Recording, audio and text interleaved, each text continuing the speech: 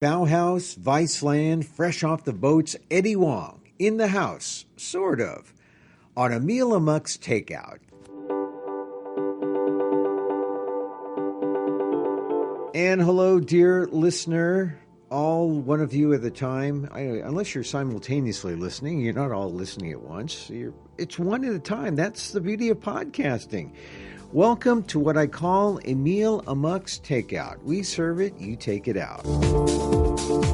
It forms the acronym EAT, E-A-T, and it is time to eat. My takes on all things about race, society, politics, and diversity, and everything those things touch in our culture and society with respect to Asian Americans. And of course, you don't have to be Asian American to lend us your ears. We're all in this thing together. Besides, it's your minds we want. I'm Emil Guillermo, your host, and you might say, well, why Amok? Well, the short story is that for nearly 15 years, my Emil Amok column was a staple of AsianWeek, what was once the leading Asian American weekly in English. In America, Amok was the name of my compilation of essays, and Amok is on my driver's license, not indicative of my mental state. Of course, most of what you hear is based on my column, which appears on the website of the Asian American Legal Defense and Education Fund blog. It's at ALDEF, AALDEF.org/blog. Check it out, and if you like what you see and hear, ALDEF is a 501c3. Go to the donate button. It's tax deductible.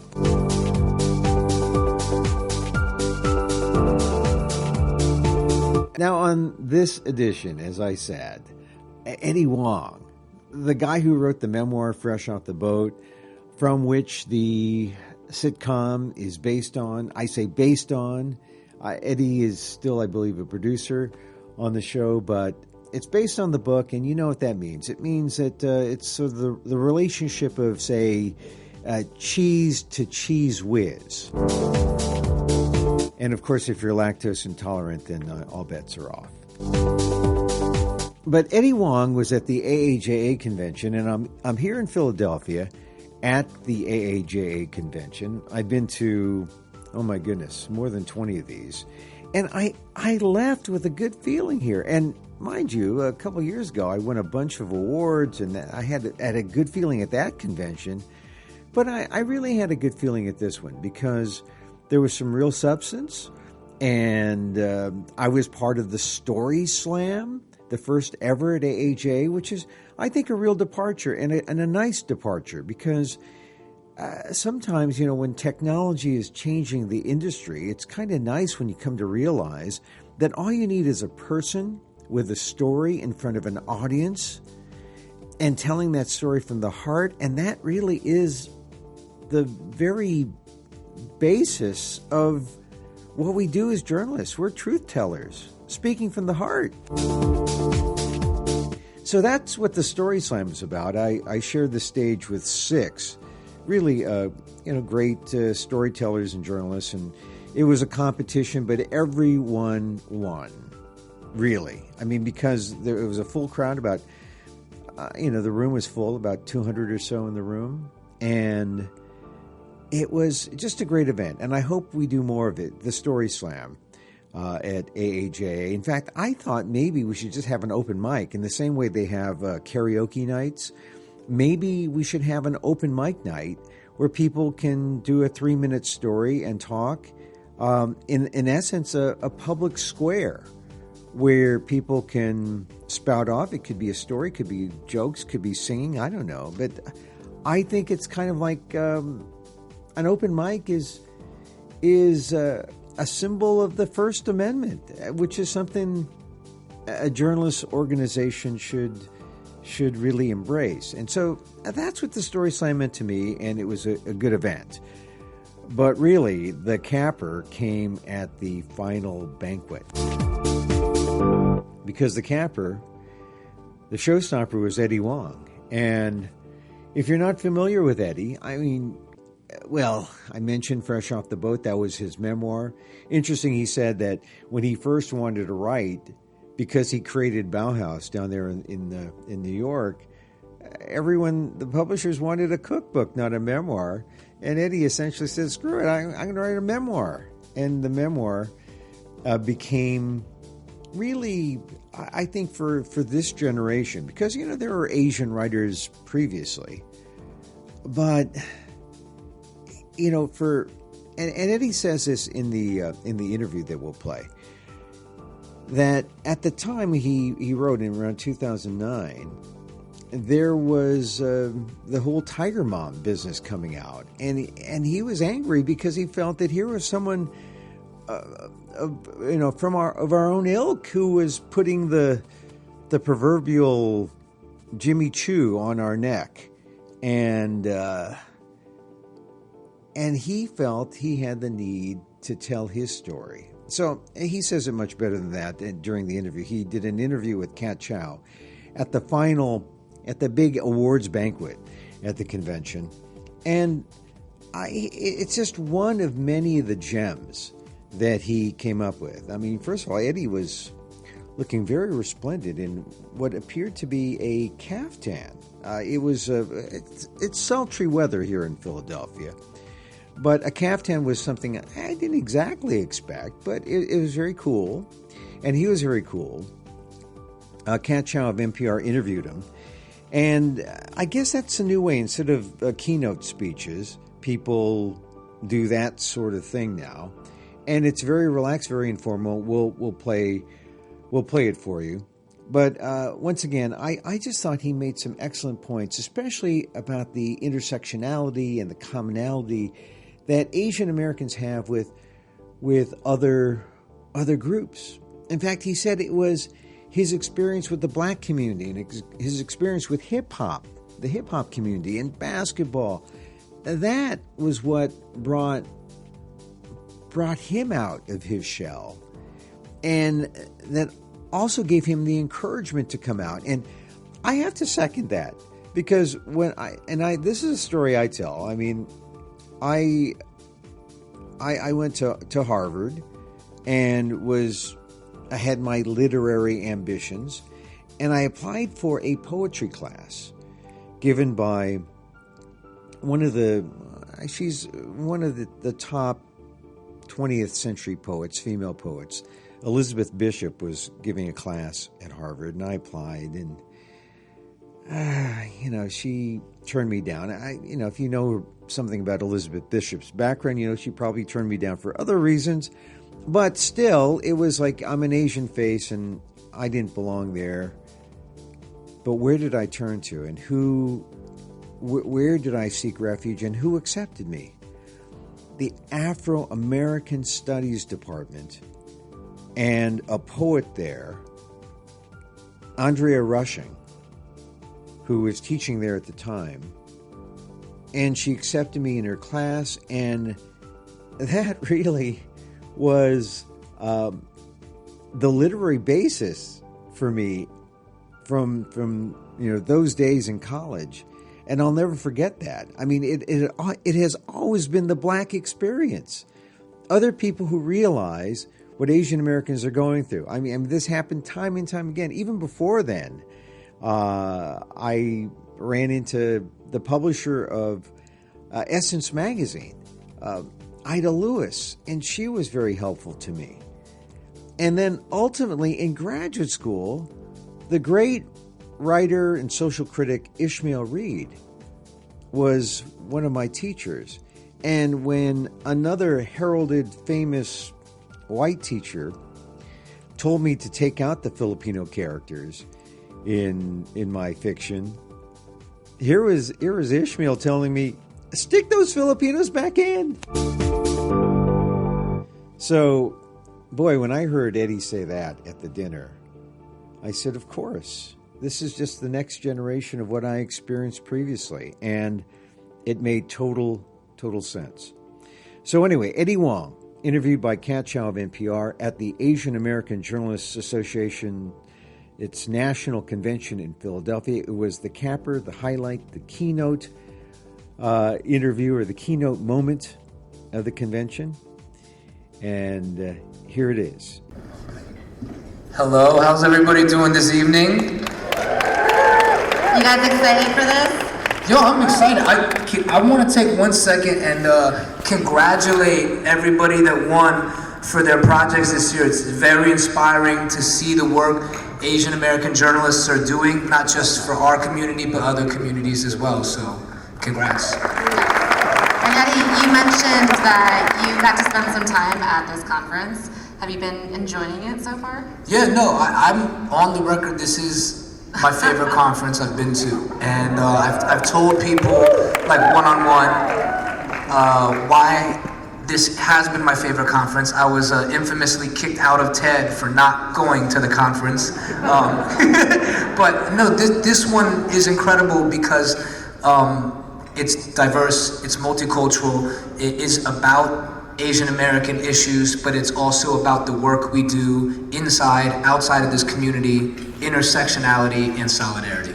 And I think that for a lot of people, and I'll speak for myself actually, a lot of Asian Americans too, your work has really resonated with us and, well, with me in particular. You write about your experience as an Asian American in a way that is so resonant. I mean, your books, your memoirs, Fresh Off the Boat, which a lot of you are familiar with, and Double Cup Love. I was wondering, can you bring us back to that moment when you thought, you know what, I'm gonna write about my life? Because in an interview that you recently did with Stretch and Bob, an NPR podcast that's coming out soon, you said that you felt like you couldn't feel comfortable with yourself until you started telling your story. And that was so resonant. Like, why did you decide to do it? Yeah, I didn't even know how therapeutic it was going to be to write the story. And I will tell you guys the feeling I had the day I finished the book and then go back to the idea, if you don't mind, is I remember the day I finished the book, it was about like 2 a.m. on a weekday night, and I looked at the computer screen, took a photo, and sent it to my middle brother, because me and my middle brother lived through some really tough times in my family, and I sent it to him and I said, yo, I want you to have this copy, I want you to have the manuscript, because no matter what happens, we did this.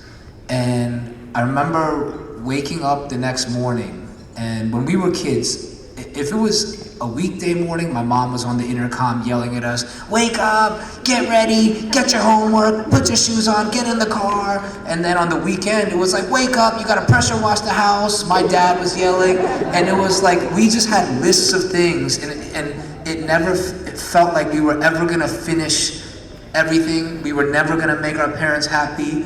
And I remember waking up the day after I wrote Fresh Off the Boat, sent it to my brother, and I laid in bed on 1st Avenue and 14th Street, and I said to myself, my mom can't tell me to do shit today.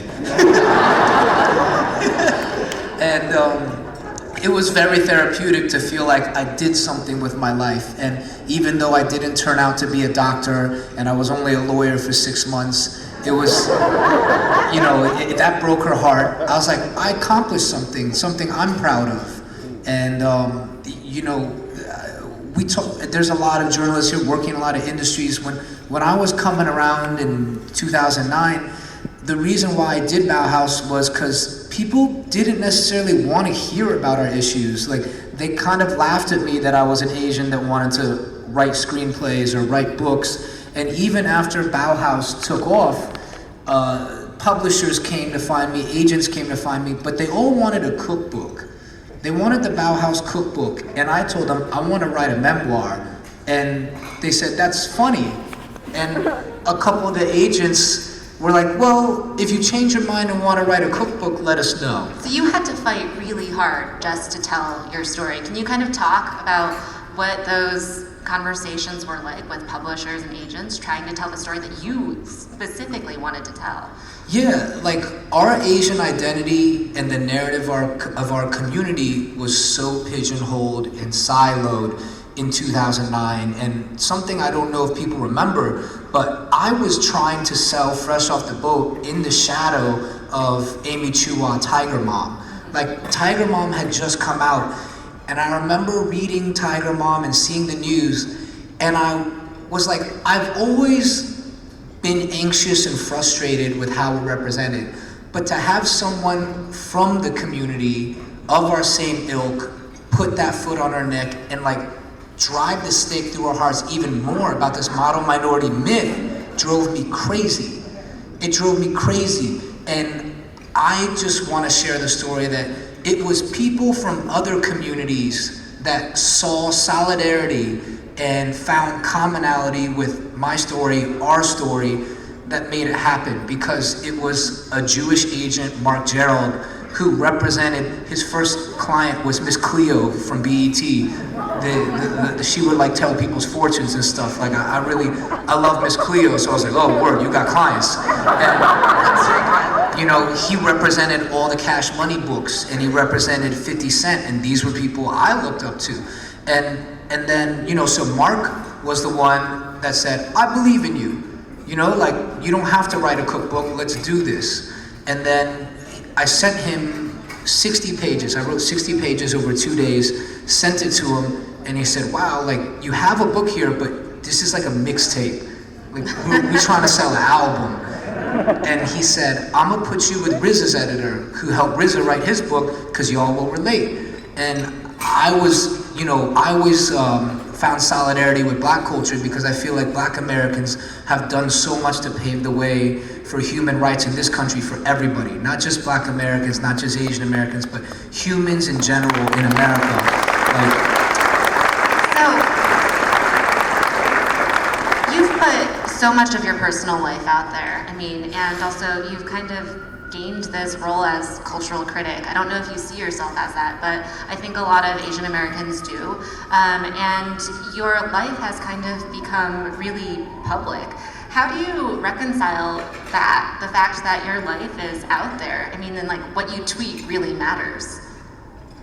yeah, it's kind of crazy. I was just talking to my girlfriend Julie about it yesterday, and she's like, I don't feel like there's anything about you that's private. And I realized, yeah, that it is a weird feeling, and it's tough sometimes, but I made a conscious decision in 2009 to do this, because I said, so many of us are taught to be invisible in this world, in this nation, just put our head down, be model minorities, be career focused, be upwardly mobile. And I said, you know what, I will give my story. I will reveal my pain, my struggle, my wins and losses. Shouts to Meek Mill, we in Philly. You know, I would give that up if that means that it would make people more interested in Asian America and our stories. So I think I've put it all out there. My next book is fiction. Oh, wow. Yeah, I'm working more in the fiction realm, because Can you say more about that? Yeah, it's a book about, it's a book that really explores existentialism through boxing, right? I feel like that Wesley Yang, one of my favorite writers, he wrote Paper Tigers, very, very accomplished journalist. He came to me after I wrote Fresh Off the Boat, and he was interviewing me for the New York Times. He said, I feel like Fresh Off the Boat is a story about violence in Asian America. And I said, absolutely. That's what I thought. That's what Chris Jackson thought. I'm really glad you see it. And it was violent in my home. And I've always grappled and tried to untangle this violence. And I feel that violence is all around the world, even if the powers that be try to tell us that it's been removed or that it's criminal. But politics is violent. The market is violent. Relationships can be violent. Emotions, things you say. So boxing's been very interesting for me as an outlet to exercise violence and understand my personal relationship to it. Because I think as a society, we have to remember, like, we're animals. And even if we can't punch each other, not that I think we should, it's good we can't punch each other, and we can't be violent towards each other, but those urges manifest themselves in other pockets of society, and we have to be aware of it. So I was talking to a mentor about fiction, and she said that she feels like with fiction, sometimes people are able to speak more truth than in nonfiction. How has writing this novel kind of changed you? Well, to talk shop for a second, because we were journalists, so it's all right to talk shop. When you write memoir, the plot line is there. Like you can attack it like Christopher Nolan and tell it in reverse, find different entry points. You could Dunkirk it, but when it's fiction, the plot line, you have to create that. You have to create all the moments, and sometimes I think my weakness as a writer is that I can be slightly allegorical. I take detours from the narrative to like be an essayist for multiple pages at a time. I think that's my biggest weakness. I try to break that. And so this time, I'm really creating characters. I know the themes in my head, and I'm writing scenes. I like to write scene work. And then once I have 200, 250 pages, then I'll start to like move the pieces around and string the story together. And the guy I look up to is Junot Diaz. I think Junot's the most... he's one of my favorites. Yeah, he's the most powerful Jedi in the universe. And I just I go back and read Oscar Wilde, because like writers, when you write, you're putting a lot of lines in the water. And Oscar Wilde, to me, outside of like Shakespeare, not to be a dork, but like that's the one book, is Junot, is every single line that Junot put in the water, he caught a fish. Like that last page of Oscar Wilde, every single line comes home, there's a fish on every hook, and I'm like, goddamn. Like, I love that there is a Jedi that powerful, so that there's always something to work towards, Yeah. To switch gears a little bit, and this question comes from an AAJA member, Tom Huang. He, when we were talking about things that people were really curious about, he mentioned this question, which is, how do you think that the image of Asian American men has shifted? And do you feel like maybe you've kind of contributed to that shift? Well, I would hope that I contributed in a positive way, because I have tried, and I've tried, I've given up a lot of myself, whether it's shooting like underwear campaigns and talking about Asian masculinity. Are we gonna put that picture up there?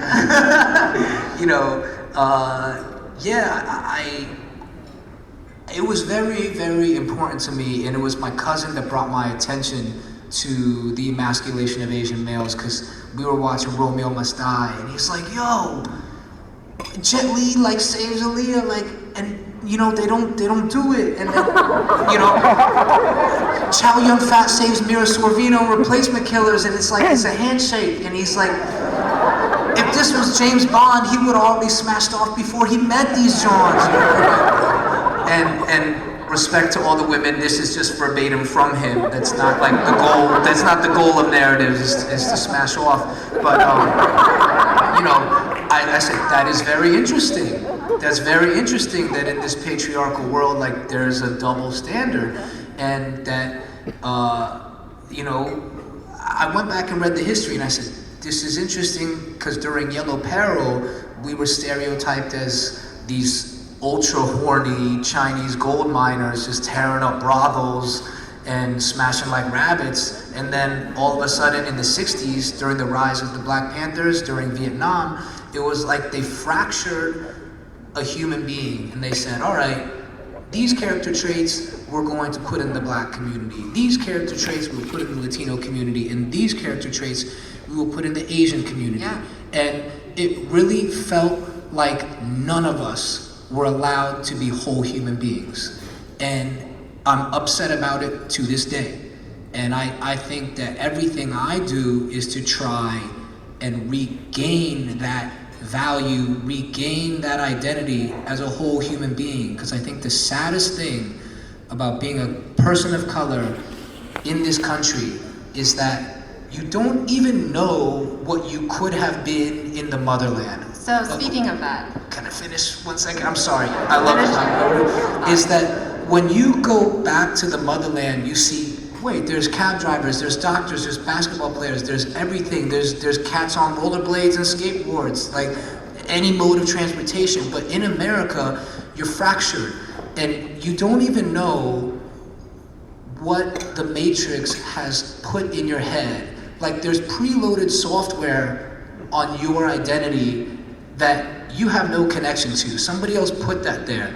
And I don't know if we will ever be able to know what it's like without that, but I think all we can be is aware of it. You know, like what other people put there and what I've put there myself. So, for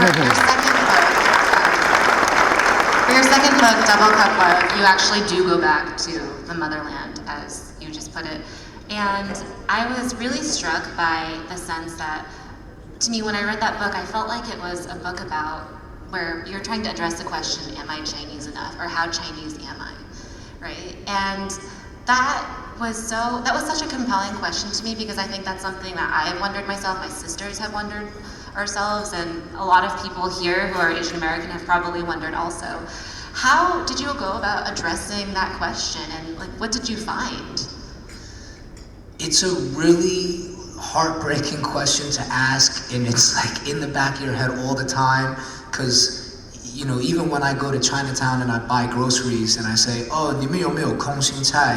And the ladies always like giggle with the hand over the mouth and say, oh, his accent is so funny. And I'm like, is it that bad? And they're like, no, it's funny to see a full-grown man that talks like an 8-year-old child. They're like, you just sound like an 8-year-old Taiwanese kid. And so it's really weird to have your growth and identity stunted like that. But when I went back, what I realized is that like our brothers and sisters out there, if we are open-hearted enough to go listen to them, they're so excited to have us back home. They're so excited to reconnect with us and to bridge, you know, the pain of the Cultural Revolution. You know, like everything was cut off. And I meet a lot of Chinese chefs. Master Yu, right? He said to me, he said, you are Chinese, and it's very important that you're Chinese and you own this, because even in China, there's a lot of cooks that don't value the knowledge and the old recipes that I pass on to them. You know, China's economy is scaling so much. He said, even the quality of tea, I can't find tea that will unravel as a whole leaf, right? The best tea is tea that when you boil it, not boil it, but like around 200 degrees, and the tea comes out and it's one whole leaf and it's glossy and it's almost like a Peking duck skin. And he would show me the tea. He said, your brothers and sisters make this the right way in Taiwan. You know, Gaosan cha, you know, high mountain oolong tea. And I was like, I can't take credit, dog. I was born in DC, you know, but respect. And then he said, it's important because we lost so much during the Cultural Revolution. Like so many books were burned and things were shattered and these statues of Confucius were broken. And he said, it journeyed to Taiwan. But then so many Weissen, like overseas Chinese went from Taiwan to America and Cuba and the Dominican Republic. And he said, it's important for us to keep this alive and keep the connection together. So, yeah, in an American sense, I always thought, oh, I wasn't Chinese enough.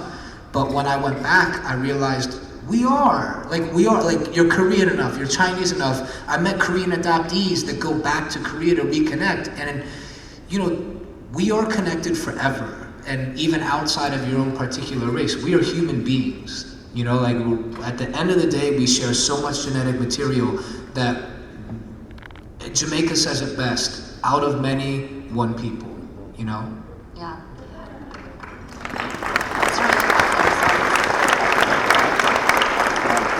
So how do you see your identity now, though? I mean, you kind of talked about, you kind of touched on that, but can you sort of parse out? I mean, are you more Chinese American? Are you Asian American? Like, how do you reconcile all of these different parts of yourself?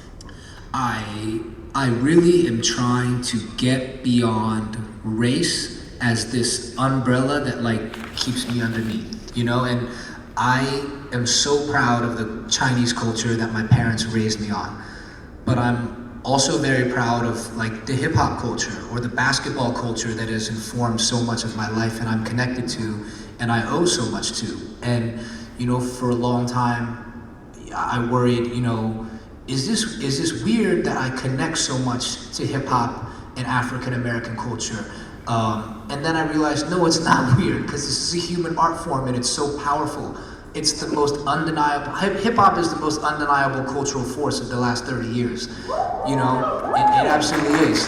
And so it should surprise nobody that I connected or anybody connected to it. And R.I.P. Prodigy, you know, he was a really close friend of mine, but when Prodigy passed, I wrote this New York Times article to try to talk about how much P meant to me and everybody beyond just the hip-hop community. And, you know, I said, if I said that I was influenced by Shakespeare or Socrates or Aristotle, no one would trip. No one would be like, oh, that's weird because you're Chinese and they're from like the 5th century, you know? But if I say I'm influenced in hip-hop, then I have to explain why, and there has to be this like origin story. But I said, that's because there is a bias and discrimination towards Black culture and art forms. This is just human cultural work that should be respected and understood on its own 2 feet. And I really am trying to see race culturally. I want people to learn Chinese philosophy, take things from Chinese food, learn about it, respect it, and then not take it and create something else in a different community, but like to give back to it and become part of our community. You know, just like I've become part of the hip hop community or the basketball community, like Rich has become part of, you know?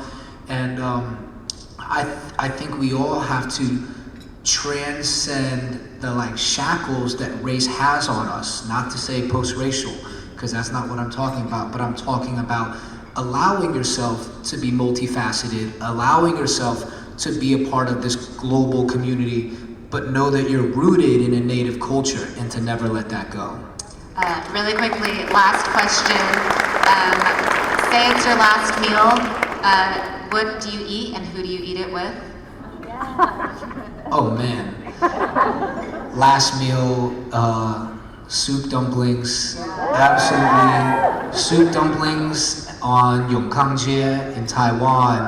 And if I get to pick anybody dead or alive, it's my grandparents who passed, my parents, my brothers, my girlfriend Julie, and my best friend Rafael Martinez and Elena Bergeron. Like, you know, family first. Family first. Thank you so much. And Thank see you at karaoke. See you at karaoke. Oh, I'm down for karaoke. I hope they got, you know, if they don't got it, please cue up the Dipset anthem, because that's my joint. Yes, thank you. Thank you, AAJA.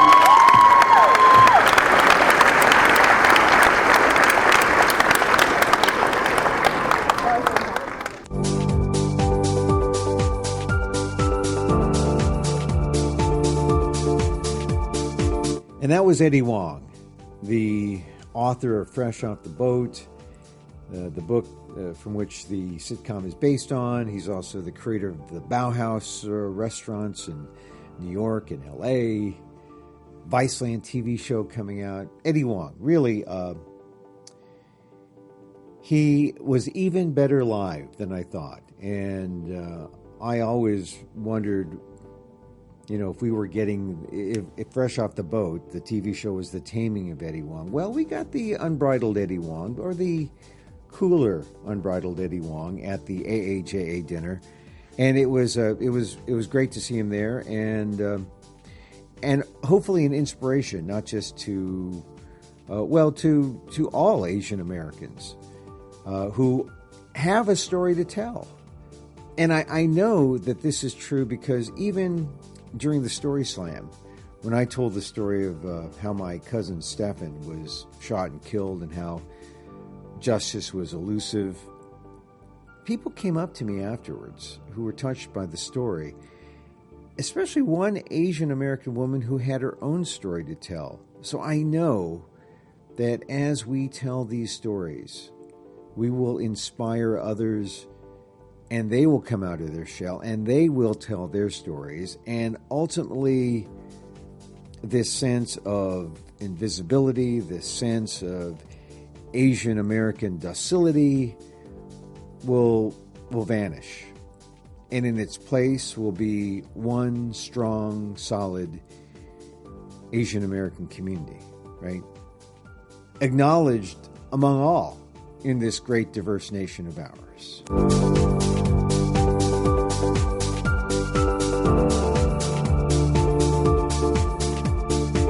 Well, at least that's the hope, right? That's the hope. And for now, that's our program. From here in our Philadelphia hotel room. Hey, we're on iTunes. Please subscribe, rate, and review, if you will. Tell your friends about the show, Emil Amok's Takeout. Share a link. You can contact me on Twitter at Emil Amok, or go to the ALDEF blog at www.aldef.org/blog. Give us your feedback. Go to www.amok.com, amok.com. That's my personal website. You can even leave a message there on SpeakPipe. You don't need a phone. If it's audible, we'll use it, just like talk radio. It's SpeakPipe. Just go to the site. You'll see it. It's there on the side. Hey, if you like what we do, share a link. Tell a friend. Go to the ALDEF blog and hit the donate button if you're so moved. ALDEF, AALDEF, the Asian American Legal Defense and Education Fund, aldef.org/blog. ALDEF is a 501c3, and your help is tax deductible. So once again, thanks for listening to Emil Amok's Takeout. We're in Philadelphia and heading home to California. I'm Emil Guillermo.